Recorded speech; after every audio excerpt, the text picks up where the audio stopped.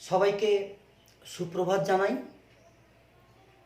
আশা করছি তোমরা সবাই খুব ভালো আছো।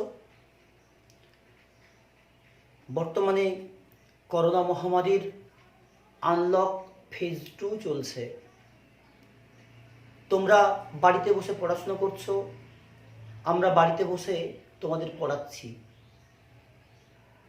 আজ আমি তোমাদের নবম শ্রেণীর ব্যাকরণের ধ্বনি পরিবর্তনের ব্যঞ্জন ধ্বনি ঘটিত পরিবর্তন সম্পর্কে আলোচনা করব। ব্যঞ্জন ধ্বনি ঘটিত পরিবর্তন,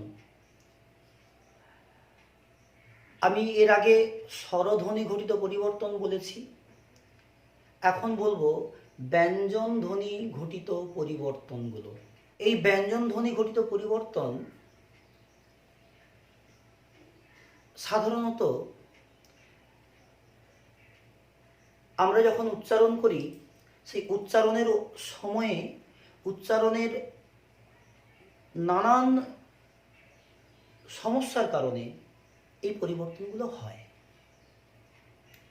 আমরা প্রথম যেটা করব সেটা হচ্ছে সমীভবন বা ব্যঞ্জন সংহতি।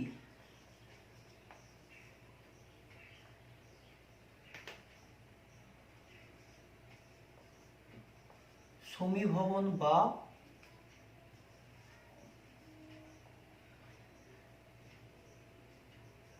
ব্যঞ্জন সংগতি।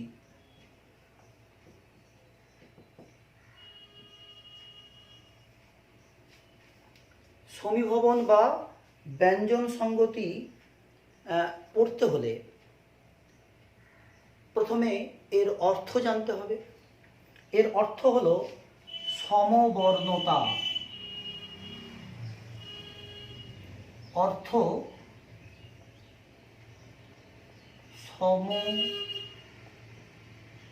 সমবর্ণতা।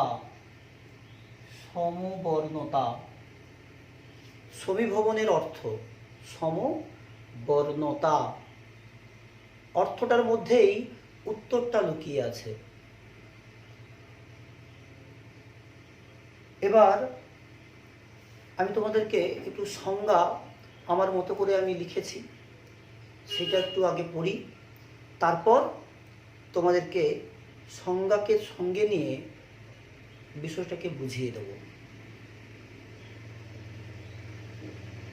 শব্দের মধ্যে পাশাপাশি অবস্থিত বা পরস্পরের সঙ্গে সংযুক্ত দুটি বিষম ব্যঞ্জন ধ্বনি অর্থাৎ পৃথক ধরনের ব্যঞ্জন ধ্বনি যখন একে অপরের প্রভাবে বা দুটিই পরস্পরের প্রভাবে পরিবর্তিত হয়ে একই রকম ধ্বনিতে বা প্রায় অনুরূপ ধ্বনিতে রূপান্তরিত হয়ে যায়, তখন সেই ধ্বনি পরিবর্তনের প্রক্রিয়াকে বলে সমীভবন বা ব্যঞ্জন সংগতি বা সমীকরণ। আমি অনেকগুলো পার্ট বললাম। প্রথম পার্ট কি? শব্দের মধ্যে পাশাপাশি অবস্থিত। একটু উদাহরণ দিই, তারপর পার্টগুলো আলোচনা করি।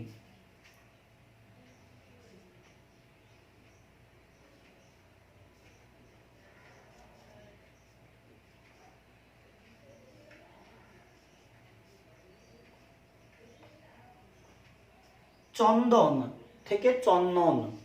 এবার সংজ্ঞাটা ফিরে যাই। আমি কি সংজ্ঞা বলেছি? আমি বলেছি শব্দের মধ্যে পাশাপাশি অবস্থিত বা পরস্পরের সঙ্গে সংযুক্ত দুটি বিষম ব্যঞ্জন ধ্বনি। এখান পর্যন্ত থাক, এখান পর্যন্ত একটু ব্যাখ্যা করি। দেখো, শব্দের মধ্যে এটা একটা শব্দ চন্দন। এই শব্দের মধ্যে পাশাপাশি অবস্থিত দেখো দুটি বিষম ব্যঞ্জন ধ্বনি, দন্তনয় দ, এই যে দন্তনয় দ, দন্তন এবং দ আলাদা আলাদা দুটো ব্যঞ্জন ধ্বনি, দন্তন আর দ দুটো আলাদা ব্যঞ্জন ধ্বনি। দুটো আলাদা ব্যঞ্জন ধ্বনি একসঙ্গে যুক্ত আছে, তাহলে বিষম ব্যঞ্জন ধ্বনি। এটা বোঝা গেল? অর্থাৎ পৃথক ধরনের ব্যঞ্জন ধ্বনি যখন একে অপরের প্রভাবে বা দুটিই পরস্পরের প্রভাবে, একে অপরের প্রভাবে, একে অপরের মানে দন্তন দয়ের প্রভাবে পরিবর্তন হতে পারে, বা দ দন্তনর প্রভাবে পরিবর্তিত হতে পারে, বা দুটোই, এটা এটা দুটোই একে অপরের প্রভাবে পরিবর্তন হতে পারে। এই যে ধরনের, এই যে ধ্বনি পরিবর্তনের এই যে ব্যঞ্জন ধ্বনি সংক্রান্ত পরিবর্তন, এটাকেই বলা হয় ব্যঞ্জন সংগতি বা সমীকরণ বা সমীভবন। তাহলে চন্দন থেকে চন্দন কিরকম পরিবর্তন হয়েছে দেখো। দন্তনয় দ ছিল, দন্তন আর দ, প্রথমে ছিল দন্তন, পরে ছিল দ। এই দন্তন দকে পরিবর্তন করেছে, পরিবর্তিত করেছে, চেঞ্জ করেছে। খেয়াল করো, চন্দন, চ যুক্ত অ যুক্ত ন যুক্ত দ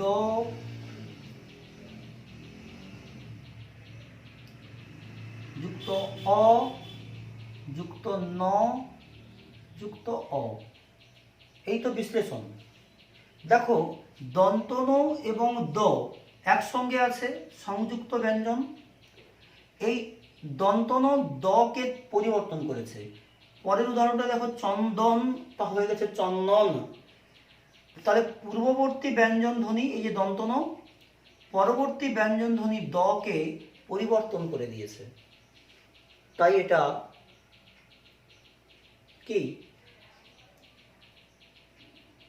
প্রগত সমীভবন। প্রগত, পয়রফলা গত, প্রগত, প্রগত সমীভবন। মানে পূর্বেরটার প্রভাবে পরেরটা পরিবর্তন হয়েছে। তাহলে সমীভবনের সংজ্ঞা বললাম, একটা শ্রেণীবিভাগও বলে দিলাম, প্রগত সমীভবন। এবার হচ্ছে পরাগত সমীভবন। যেমন আমি দেখাই,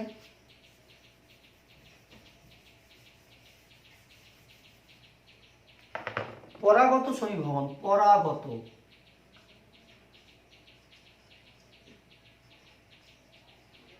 পরাগত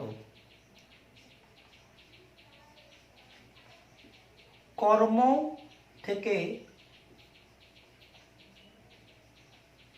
কম্ম। পরাগত মানে পরবর্তী ব্যঞ্জন ধ্বনির প্রভাবে পূর্ববর্তী ব্যঞ্জন ধ্বনি পরিবর্তিত হবে।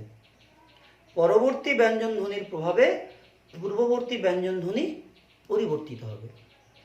তাহলে ধ্বনি পরিবর্তনের যে উপশাখায়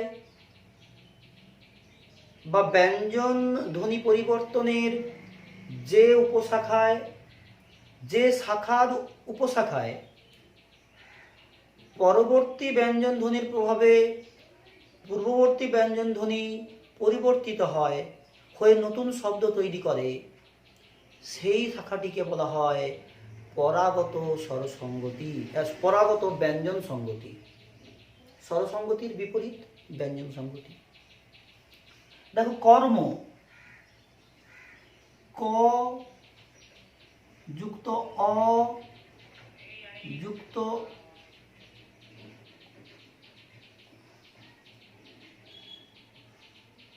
এই ক যুক্ত অ যুক্ত র যুক্ত ম যুক্ত অ, কর্ম।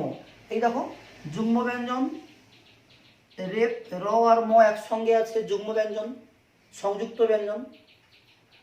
তাহলে র আর ম, তাহলে যেহেতু পরাগত, পরেরটির প্রভাবে পূর্বটা পরিবর্তন হবে, পরেরটা কি আছে ম, তাহলে ময়ের প্রভাবে র পরিবর্তন হবে।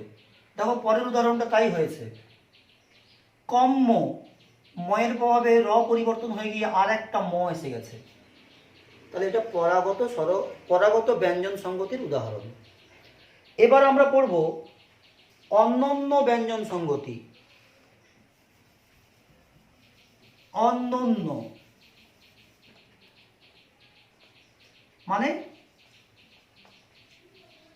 উভয়ের প্রভাবে উভয়ে পরিবর্তন হবে, উভয়ের প্রভাবে।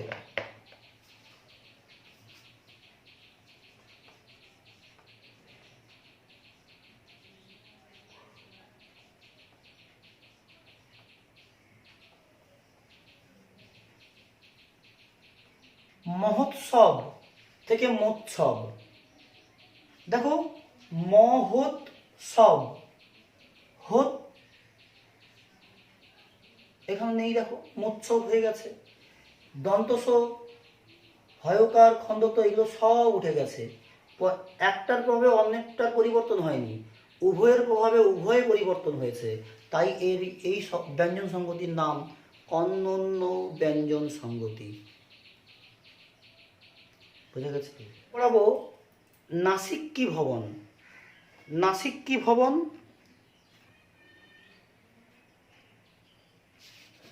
আচ্ছা নাসিক্যি ভবনের আগে ব্যঞ্জন ধ্বনির আগমটা পড়াই। ব্যঞ্জনাগম, ব্যঞ্জনাগম মানে যে ধ্বনি পরিবর্তনের ধারায়, ব্যঞ্জন ধ্বনি পরিবর্তনের ধারায় শব্দের আদিতে, মধ্যে বা অন্তে ব্যঞ্জন ধ্বনির আগমন ঘটে, তাকে বলা হবে ব্যঞ্জনাগম। ব্যঞ্জনাগম, তাহলে সমীভবন হয়ে গেল। এবার আমরা পড়াবো ব্যঞ্জনাগম।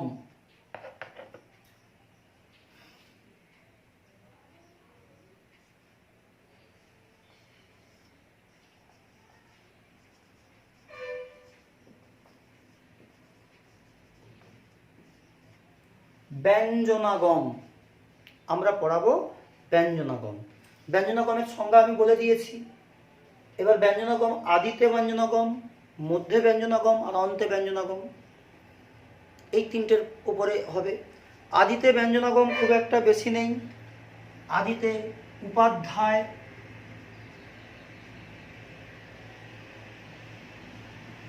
উপাধ্যায় থেকে, উপাধ্যায় থেকে ওঝা থেকে রোজা, ওঝা থেকে রোজা। ওয়ার্ক ফ্রম হোম করছি, সুতরাং বাইরের আওয়াজ, মানুষের আওয়াজ এগুলো থাকবে। বাড়িতে বসে কাজ করা, মূল কথা পড়া। উপাধ্যায় থেকে ওঝা থেকে রোজা, দেখো ব্যঞ্জনাগম হয়ে গেল। প্রথমে ব্যঞ্জন ধ্বনির আগমন ঘটেছে একদম শব্দের আদিতে। এরপর মধ্য ব্যঞ্জনাগম,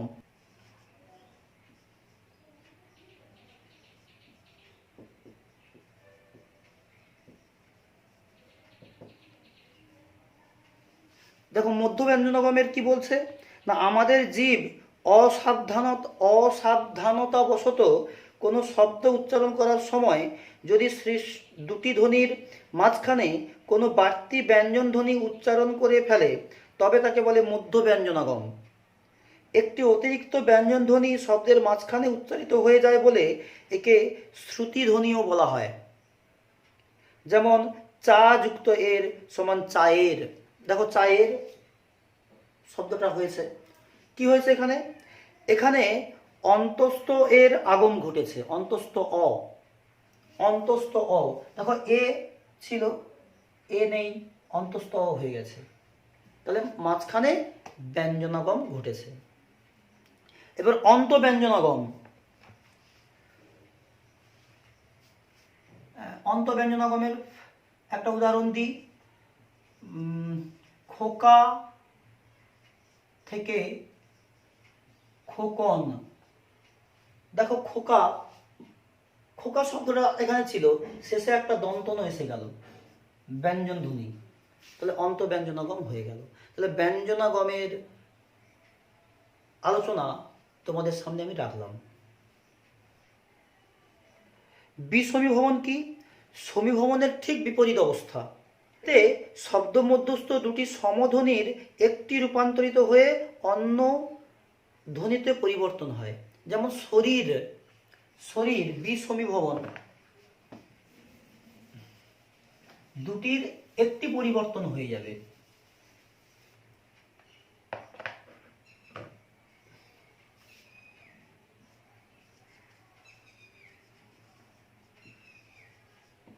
বিসমীভবন, যেমন দেখো শরীর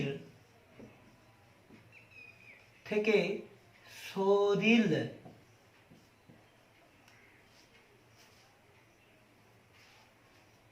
দুটো সমধ্বনি ছিল রি র,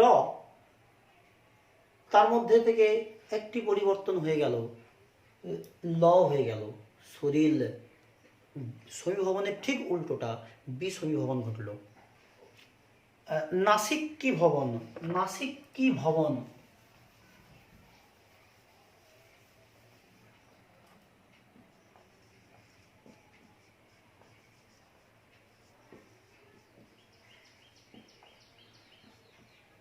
নাসিক কি কথাটা বলতেই দেখো আমাদের তোমাদের মধ্যে একটা বিষয় চলে আসছে যে এটা নাকে উচ্চারণ, নাকের মাধ্যমে এই উচ্চারণটা আমরা করে থাকি। কোন নাসিক্য ব্যঞ্জন যেমন ম, দন্তন, উম, নাসিক্য ব্যঞ্জন ইত্যাদি যদি ক্ষীণ হতে হতে, একদম ক্ষীণ উচ্চারণ হতে হতে ক্রমশ লোপ পায়, ক্রমশ লোপ পায় এবং তার রেশ স্বরূপ পূর্ববর্তী স্বরধ্বনির একটা অনুনাসিক অনুরণন যোগ হয়। একটা অনুরণন, ইয়ে ইয়ে, গানের সময় দেখবে এই অনুরণনটা আমরা করি, তবে সেই প্রক্রিয়াকে নাসিক কি ভবন বলে। যেমন বন্ধ, বন্ধ থেকে বাঁধ, এই যে বন্ধ থেকে বাঁধ, এই বাঁধ,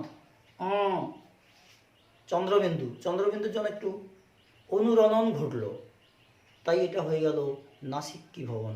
নাকের মাধ্যমে ক্ষীণ হতে হতে উচ্চারণটা হয়। বাঁধ, বন্ধ, দেখো এইটা হচ্ছে না, যে মুহূর্তে বাঁধ বলছি, বাঁধা বলছি, তখন এটা আসছে নাসিক কি ভবন। ধ্বনি লোপ, এরপরে পড়বো আমরা ধ্বনি লোপ, মানে ধ্বনির লোপ ঘটবে।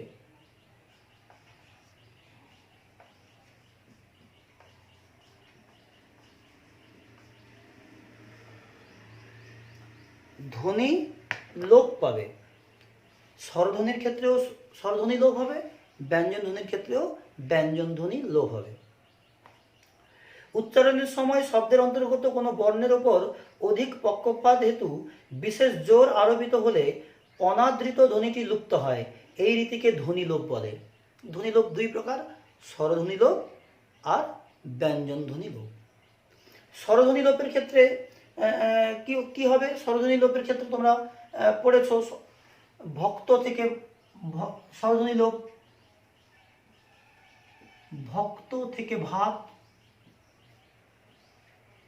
তোমরা পড়েছ, অন্ত স্বরলোপ, স্বরধ্বনি লোপ। ভক্ত, ভক্ত, দেখো ভক্ত কটা দেখো লোপ পেয়ে গেছে, ভক্ত অ থেকে ভাত, তয়ের পরে আর অ উচ্চারণ হচ্ছে না, ভক্ত থেকে ভাত, এখানে আর অ উচ্চারণ হচ্ছে না, তাই স্বরধ্বনি লোপ পেয়ে গেছে, তাই এটা স্বরধ্বনি লোপের উদাহরণ। ব্যঞ্জন ধ্বনি লোপ, স্থান থেকে থান, স্থান, দন্তস, দন্তস যে ব্যঞ্জন ধ্বনি এটা লোপ পেল, তাই এটা ব্যঞ্জন ধ্বনি লোপ। আজ তোমাদের আমি ব্যঞ্জন সংগতি, ব্যঞ্জন ধ্বনি সংক্রান্ত পরিবর্তনগুলো করালাম। তাহলে ধ্বনি পরিবর্তনের কারণ পড়িয়েছি, স্বরধ্বনি ঘটিত পরিবর্তন পড়িয়েছি, ব্যঞ্জন ধ্বনি ঘটিত পরিবর্তন পড়ালাম। ভালো করে তোমরা পড়াশোনা করো, কোশ্চেন তৈরি করো এবং তার অ্যান্সার এখান থেকেই তোমরা পেয়ে যাবে। লিখে ফেলো খাতায়, পড়াশোনা করো, ভালো থেকো।